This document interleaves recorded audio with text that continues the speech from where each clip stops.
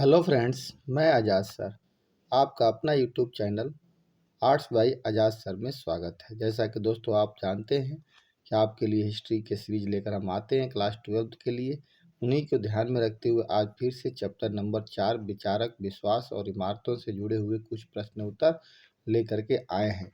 दोस्तों चलो देखते हैं सबसे पहला क्वेश्चन क्या है और इसको हम लोग देखने का प्रयास करते हैं। सीट नंबर 1 में है कि सांची स्तूप भारत के किस राज्य में स्थित है। सांची स्तूप जो है भारत के किस राज्य में स्थित है।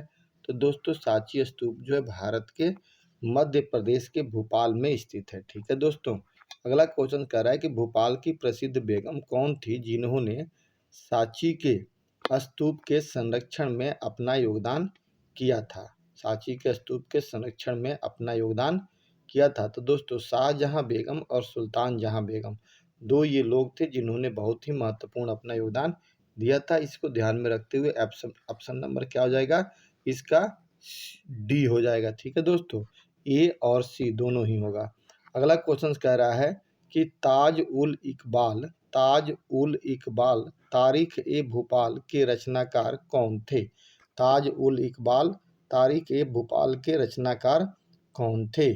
तो दोस्तों इसका आंसर हो जाएगा सी, शाहजहां बेगम। क्या आंसर हो जाएगा, शाहजहां बेगम। अगला क्वेश्चन से दोस्तों, किस विद्वान ने ताज उल इकबाल तारीख ए भोपाल का अंग्रेजी में अनुवाद किया था। तो ऑप्शन नंबर सी हो जाएगा, H.D. वार्स्टो 1876 में।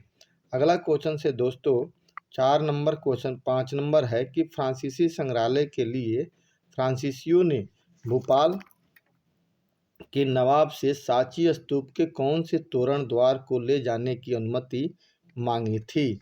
तो यह आंसर हो जाए ए, पूर्वी तोरण द्वार। कौन सा था, पूर्वी तोरण द्वार। अगला क्वेश्चन कह रहा है दोस्तों कि भारत भोपाल के किस नवाब ने अंग्रेजों एवं फ्रांसीसियों के सांची के स्तूप की प्लास्टर प्रतिकृतियां देकर सांची के स्तूप के संरक्षण में योगदान किया था। ऑप्शन नंबर ए, शाहजहां बेगम ने। शाहजहां बेगम ने। दोस्तों वीडियो को ध्यान से देखिएगा और इसे अच्छे से नोट डाउन करिएगा। 7 नंबर क्वेश्चन है, सांची स्तूप के पास एक संग्रहालय तथा अतिशाला बनाने का श्रेय किस बेगम को दिया जाता है। किस बेगम को दिया जाता है। सुल्तान जहां बेगम। सुल्तान जहां बेगम। अगला क्वेश्चन से दोस्तों 8 number, the monuments of Sanchi के लेखक कौन थे। द मॉन्यूमेंट्स ऑफ सांची के लेखक कौन थे।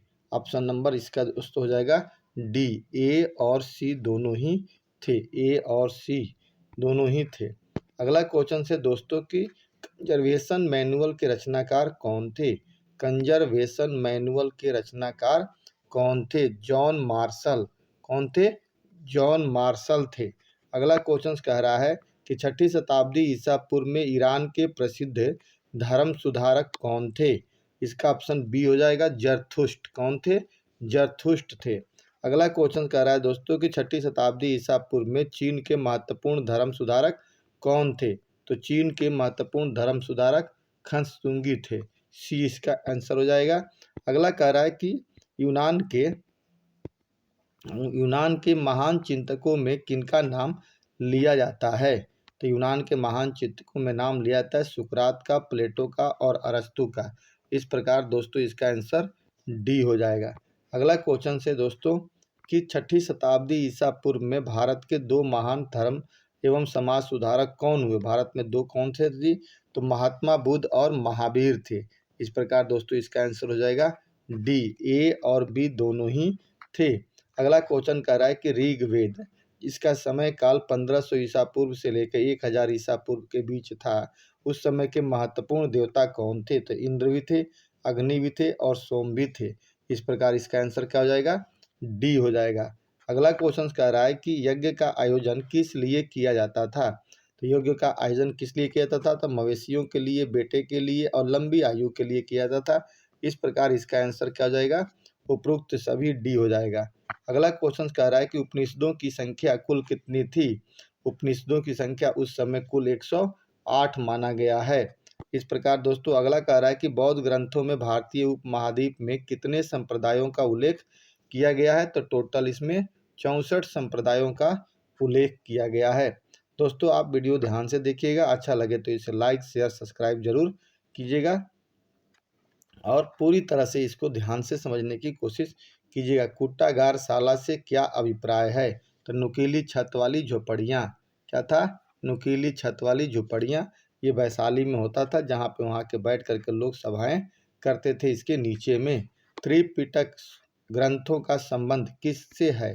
त्रिपिटक का संबंध किससे है? बौद्ध धर्म से है। बौद्ध धर्म में त्रिपिटक की चर्चा की गई है। त्रिपिटकों की रचना किस भाषा में हुई है? त्रिपिटक की रचना किस भाषा में हुई है दोस्तों? पाली भाषा में हुई है। किस भाषा में हुई है?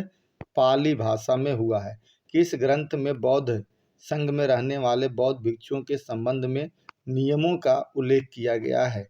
विनय पिटक में नियम का उल्लेख किया गया है। 3 पिटक थे, सूत पिटक, विनय पिटक और अभिधम पिटक। किस बौद्ध ग्रंथ में महात्मा बुद्ध की शिक्षाओं का उल्लेख किया गया है? सूत पिटक में शिक्षाओं का उल्लेख किया गया है। नियमों का उल्लेख विनय पिटक में, सूत पिटक में शिक्षाओं का उल्लेख किया गया है। किस बौद्ध ग्रंथ में बौद्ध दर्शन से जुड़े हुए विषयों का उल्लेख किया गया है? तो दोस्तों इसमें अभिधम पिटक में किया गया है। किसमें किया गया है?